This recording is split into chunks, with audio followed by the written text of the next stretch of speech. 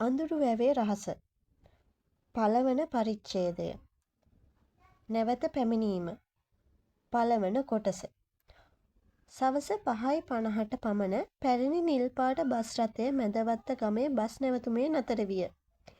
වැහි වලාකුළු අහස පුරා පැතිරී තිබූ නිසා මුළු පරිසරයම අඳුරු වී තිබුණි.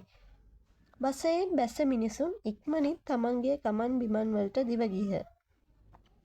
අන්තිමට බසයෙන් බැස්සේ අවුරුදු 28ක තරුණයෙකි. ඔහුගේ නම ආවිෂ්ක සේනානායක. අතේ කළු ගමන් මල්ලක් සහ උර හිසේ කුඩා බෑගයක් රැගෙන ඔහු බස් රථය ඈතට නොපෙනී යනතුරු බලා සිටියේය. වසර 10කට පසු ඔහු නැවතත් තම උපන් ගමට පැමිණ සිටියේය. මැදවත්ත. ඔහු හෙමින් ඒ නම මුණා ගත්තේය.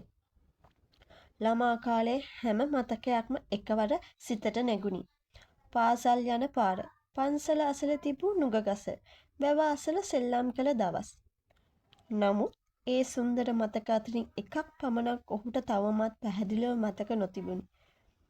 අඳුරු වැව. කුඩා කාලයේ සිටම ඒ නම ඇසූ විට ඔහුගේ මවගේ මුහුණ වෙනස් වන බව ඔහු දැක තිබුණි. හවස 6න් පස්සේ වැව ළඟට යන්න එපා. ඇය නිතරම එසේ කියා තිබුණි.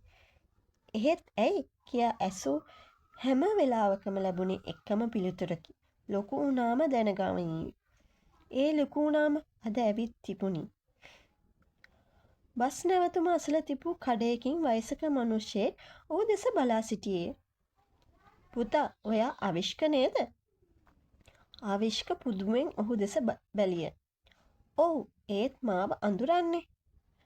මම ජයතිලක මාමා. ඔයා පොඩි කාලේ හැමදාම ටොෆී ගත්තේ මගේ කඩෙන්. ආවිෂ්කට සිනහවක් නැගුණි. අනේ මට මතකයි. ජයතිලක මාමගේ හිනහව මොහොතකින් මැකී ගියේය. ඔයාගේ තාත්තා නැති වුණා කියලා ඇහුවම ගොඩක් දුක හිතුණා. ආවිෂ්ක නිහඬව හිස සැලුවේය. ඔහුගේ පියා සුනිල් සේනානායක මීට මාස 6කට පෙර හදිසි හෘදයාබාධකින් මියගොස් තිබුණි. ඔහුගේ මරණයෙන් පසු නීතිඥවරයා දැනුම් දුන්නේ ගමේ පැරණි නිවස ආවිෂ්කට උරුම වී ඇති බවයි. ඒ නිසාම ඔහු අද මෙහි පැමිණ සිටියේ නිවස විකිණීමට පෙර ඒ පරීක්ෂා කිරීමටය.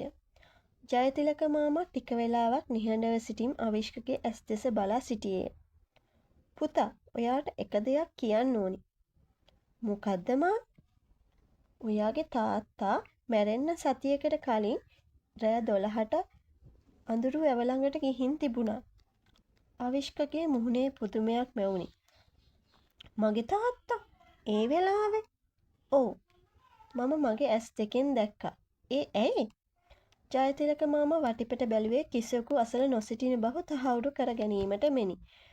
ඉන්පසු හෙමින් කීවේ, ඔයා කාත් එක්කද කතා කර කර හිටියා? කාත් එක්ක? ඒක තමයි ප්‍රශ්නේ. ඔහුගේ කටහඬ වෙවුලන්නට විය.